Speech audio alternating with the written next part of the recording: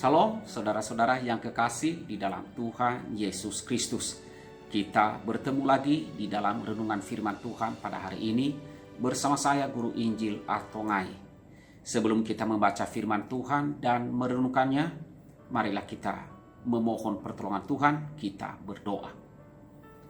Bapa kami yang bertata dalam kerajaan surga, kami bersyukur kepadamu ya Tuhan, untuk seluruh hidup kami dan pemeliharaanmu yang ajaib. Terima kasih, kami masih bernafas, diberikan tubuh yang sehat dan kuat, terus dipelihara. Kami bersyukur, apapun keadaan kami, perjalanan hidup kami yang susah dan sulit, Engkau sajalah yang telah menyertai kami. Terima kasih. Hari ini Tuhan kami akan merenungkan firman-Mu. Kami mau Engkau mengajar kami. Karena itu tolonglah kami, mampukan hati kami dan pikiran kami, keberadaan kami untuk dapat mendengarkan, merenungkan firman. Sucikanlah kami oleh darah Tuhan Yesus Kristus dan Roh-Mu yang kudus agar memampukan kami untuk menolong kami, memahami dan menerima firman. Kami berserah, kami berdoa dalam nama Tuhan Yesus. Amin. Bapak, Ibu, dan saudara-saudara yang kasih dalam Tuhan, firman Tuhan yang akan kita renungkan pada hari ini saya ambil di dalam surat Paulus kepada jemaat di Filipi. Filipi pasal 1 ayat 20 sampai dengan ayat 26, firman Tuhan berbunyi demikian. Sebab yang sangat kuridukan dan kuharapkan ialah bahwa aku dalam segala hal tidak akan beroleh malu, melainkan seperti sedia kala, demikian pun sekarang, Kristus dengan nyata dimuliakan di dalam tubuhku, baik oleh hidupku maupun oleh matiku. Karena bagiku hidup adalah Kristus dan mati adalah keuntungan. Tetapi jika aku harus hidup di dunia ini, itu berarti bagiku bekerja memberi buah. Jadi mana yang harus kupilih? Aku tidak tahu. Aku didesak dari dua pihak. Aku ingin pergi dan diam bersama-sama dengan Kristus. Itu memang jauh lebih baik. Tetapi lebih perlu untuk tinggal di dunia ini karena kamu. Dan dalam keyakinan ini, tahulah aku akan tinggal dan akan bersama-sama lagi dengan kamu sekalian, supaya kamu makin maju dan bersukacita dalam iman. Sehingga kemegahanmu dalam Kristus Yesus makin bertambah karena aku, apabila aku kembali kepada kamu. Demikian firman Tuhan yang kita renungkan. Dan yang menjadi inti renungan kita ialah di dalam ayatnya yang ke-21. Karena bagiku hidup adalah Kristus dan mati adalah keuntungan. Demikian firman Tuhan. Nah, saudara-saudara yang kekasih di dalam Tuhan Yesus Kristus, saya memberikan judul renungan pada hari ini ialah tujuan hidup yang sejati. Nah, saudara, setiap kita pasti memiliki atau punya tujuan dalam hidup ini. Nah, tujuan hidup ini, saudara, tujuan yang kita nilai sebagai hal yang terpenting yang harus kita capai. Dan karena itu, saudara, tujuan itulah yang akan menarik seluruh perhatian kita, menarik seluruh pandangan kita ke depan untuk dapat kita capai. Kita akan mengerahkan segala kekuatan kita, kita akan mengerahkan segala kemampuan kita. Untuk apa? Untuk mencapai tujuan itu.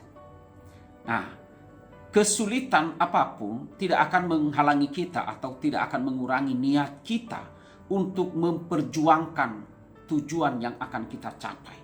Pengorbanan sebesar apapun akan kita berikan untuk mencapai sesuatu yang kita anggap paling bernilai, ya, paling berharga. Dan semua orang pasti setuju dengan hal ini, baik orang Kristen maupun orang-orang yang bukan Kristen. Nah, pertanyaannya ialah, apa yang membedakan pandangan kita sebagai orang yang percaya Tuhan Yesus dengan orang-orang yang tidak percaya Tuhan mengenai tujuan hidup? Nah, jawabannya ialah, perbedaannya adalah definisi tujuan hidup itu sendiri. Orang yang tidak percaya atau tidak mengenal Tuhan Yesus atau orang dunia bisa memberikan banyak pilihan dalam menentukan tujuan hidupnya.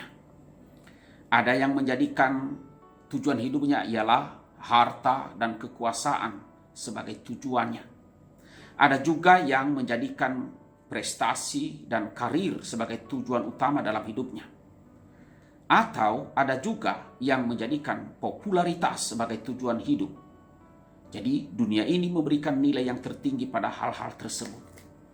Nah saudara, dunia ini menganggap bahwa tercapainya tujuan hidup adalah kepuasan yang sempurna. Tetapi ketika kita atau kalau kita memperhatikan, kalau kita melihat fakta atau kenyataan di sekitar kita, pencapaian akan hal-hal tersebut di atas tidak pernah memberikan kepuasan hidup. Ada banyak orang yang memiliki harta banyak, berlimpah-limpah, tetapi masih hidup dalam kekhawatiran. Ada juga banyak orang yang terkenal dengan popularitas tinggi, tetapi mengakhiri hidupnya dengan bunuh diri. Nah, fakta-fakta seperti ini, saudara, atau kenyataan-kenyataan seperti ini yang mengingatkan kita kembali bahwa harta, kekuasaan, popularitas dan lain sebagainya itu dan hal-hal materi yang lainnya ya yang dijadikan tujuan hidup oleh dunia ini tidak bisa memberikan kepuasan hidup, tidak bisa. Jadi pertanyaannya, apa yang seharusnya menjadi tujuan hidup kita sebagai orang Kristen, sebagai orang yang mengikut Yesus Kristus, sebagai murid Tuhan Yesus? Rasul Paulus mengatakan bahwa baginya hidup adalah Kristus dan mati adalah keuntungan. Jadi tujuan tertinggi hidup kita seharusnya ditempatkan kepada Yesus Kristus, Tuhan dan Juru Selamat kita. Kita harus memuliakan Allah dalam setiap aspek kehidupan kita ini. Nah, mungkin ini adalah hal yang sudah biasa kita dengar. Tetapi saudara, masih sangat sulit untuk kita lakukan. Masih sangat sulit untuk kita kerjakan. Tidak sedikit di antara kita yang memiliki tujuan hidup sebatas hal-hal materi seperti yang dunia miliki. Sehingga saudara, tidak heran kita tidak memprioritaskan kehidupan rohani kita dan pekerjaan-pekerjaan Allah. Jika kita menempatkan Allah sebagai tujuan utama hidup kita, maka sudah seharusnya seluruh hidup kita ini harus terarah kepadanya. Kita akan mengerahkan seluruh daya upaya kita. Untuk apa? Untuk menggenapkan kehendaknya. Kita tidak akan lagi melihat keinginan diri dan bahkan rela mengorbankan diri demi memperjuangkan pekerjaan Allah di dalam dunia ini. Kemuliaan Allah akan menerangi dan membuka mata kita sehingga daya tarik dunia ini tidak akan memikat hati kita lagi.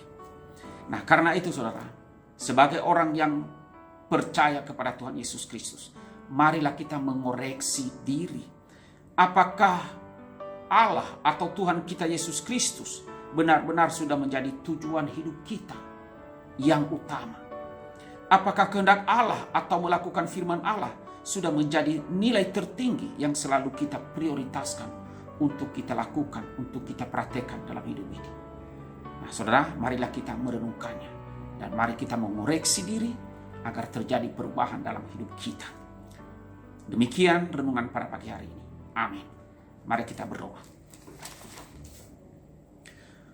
Tuhan Allah Bapa kami yang bertata dalam kerajaan sorga, kami bersyukur kepadamu ya Tuhan.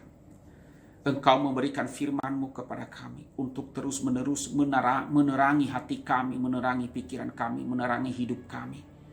Agar dalam hidup ini kami berjalan dalam kebenaran-Mu.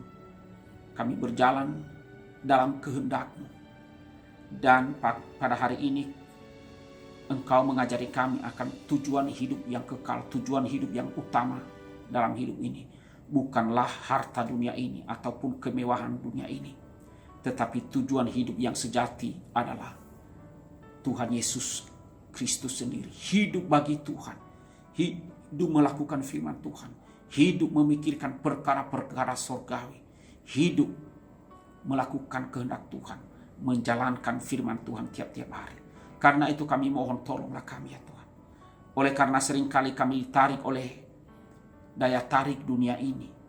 yang menjadi prioritas hidup kami seringkali terarah kepada hal-hal dunia, harta kekayaan, popularitas, dan lain sebagainya. Kami mohon ampun, kasihanilah kami, ampunilah kami. Dan tolong ya Tuhan, ikatlah hati kami oleh Roh-Mu yang kudus, agar kami mengutamakan tujuan hidup yang utama, yaitu Yesus Kristus Tuhan kami, untuk melakukan kehendak-Mu, melakukan firman Tuhan, dan memuliakan Tuhan serta melayani Tuhan. Tolonglah kami ya Bapa. Inilah doa kami, di dalam nama Tuhan Yesus kami berdoa dan kami bersyukur. Amin.